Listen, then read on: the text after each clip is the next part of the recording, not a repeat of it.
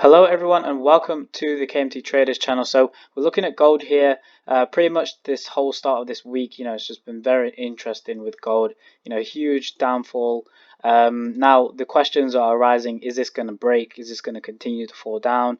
What's the next plan of action? So for me, I was always expecting at least a correction due. Now let me tell you why. Because since for quite a long time we've just been pushing up since the 5th of June, and I was waiting for this correction. So I'm not a one to trade against the current trend, which is obviously up. So your perfect momentum would have been to buy all the way up.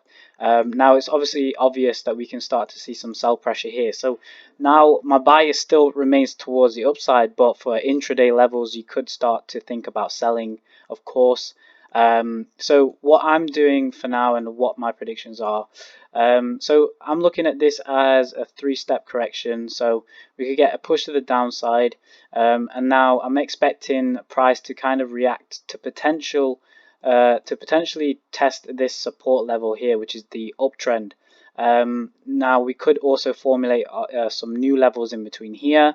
Again, we just need price to give us a support level before we take on any buying potential. But I think that once we're able to find a support level either from this trend line, we could also get a false breakout, by the way, just to gain more liquidity here. But I'm thinking more of a potential support level around anywhere here, just from this space between this trend line and push to the upside. And I want to see price to make above a clear move again above and make this new high. So all I'm trying to say basically is that I think that we do have one more push towards the upside.